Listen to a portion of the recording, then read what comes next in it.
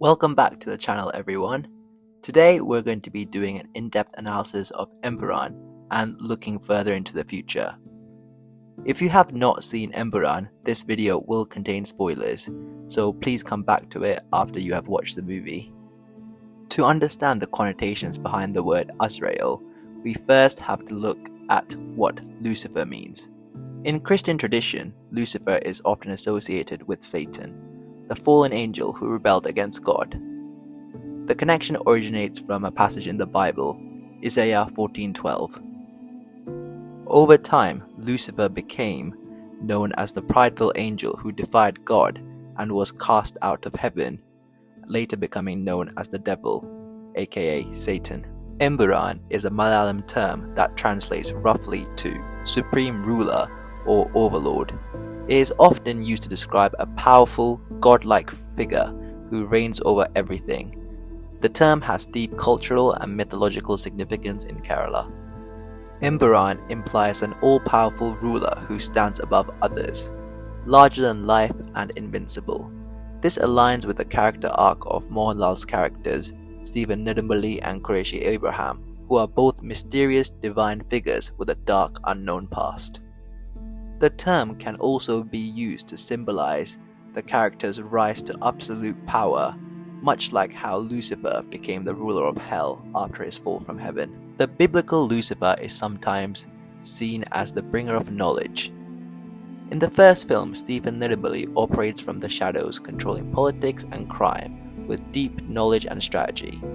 His character could be seen as someone who holds hidden wisdom and power, much like the Luciferian figures in mythology. Empuraan, the film, expanded on this by making Stephen a shadow ruler, someone who manipulates things on a grander scale, politics, business, and war, while still being unseen and mysterious throughout the film.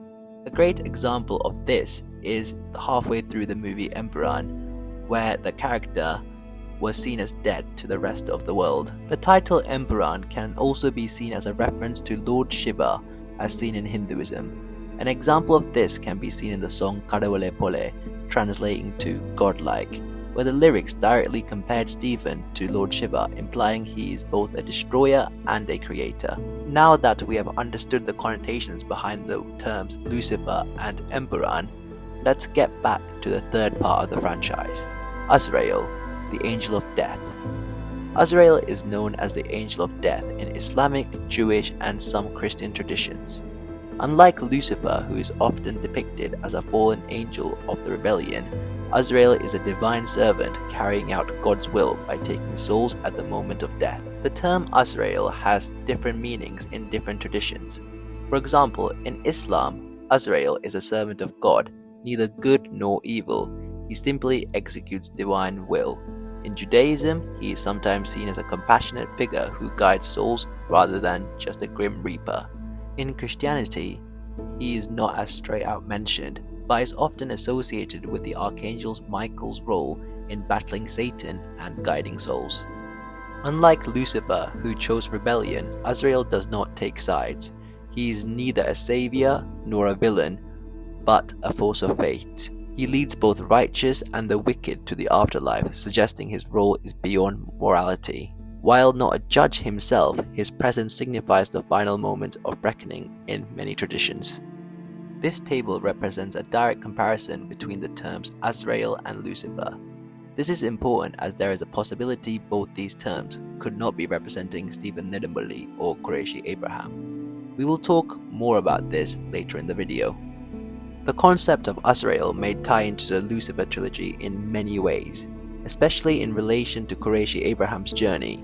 Here are two theories on where the third part of the trilogy could be headed. The first theory is that Stephen Nidambali is the Azrael of the underworld. In Lucifer, he is portrayed as a fallen angel-like figure, and in Empuraan, we got the backstory of Zayed Masood's character. Whereas in the third installment, we could see him being elevated into the role of Azrael, who is not just a ruler of crime, but an announcer of fate. Just as Azrael decides when a soul departs, Stephen may decide the fate of nations, politicians, and even the global criminal empire. This opposes the idea of Stephen being a traditional gangster. His character will evolve into an untouchable force, a bringer of death and judgment, eliminating enemies with surgical precision. He may no longer act out of personal vendetta, but out of a larger, almost divine plan, making him more like Azrael than Lucifer. The second theory is that Azrael could represent a rival or an opponent of Stephen Nedumberly. In many mythologies, Azrael and Lucifer are seen as opposing forces, one a bringer of order, the other a bringer of chaos. In Azrael, a newly introduced character could function as Stephen's ultimate rival. They might represent Azrael, the one who comes for the fallen king. If Stephen is Lucifer, this rival could be the force that eventually brings him down, much like how Azrael's presence signifies the end of a powerful being's time. Going off this second theory is a perfect time to talk about the Shen Triad, who were introduced at the end of Empuraan. The Shen Triad are the major rivals to the KA gang, a secretive force controlling the drug trade in Africa, Asia, and beyond. They are said to be even a bigger force than the KA group in Empuraan. The third part could showcase a war between the two empires over gold smuggling routes and other aspirations of power. If Lucifer 3 follows the theme of Azrael, the angel of death, the Shen Triad could symbolize the inevitable fate that comes for all powerful figures. Just as Azrael takes the soul of even kings and emperors, the Shen Triad could be the force of reckoning coming for Stephen Nedumberly / Qureshi Abraham. If Stephen has truly become Lucifer, the Shen Triad could represent the angelic enforcers sent to take him down. While past enemies of Stephen were emotional, violent, or politically driven, the Shen Triad could be cold, calculated, and impossible to predict. Instead of engaging in open war, they might use financial manipulation, economic sabotage, and deep political infiltration to destroy Stephen's empire from within.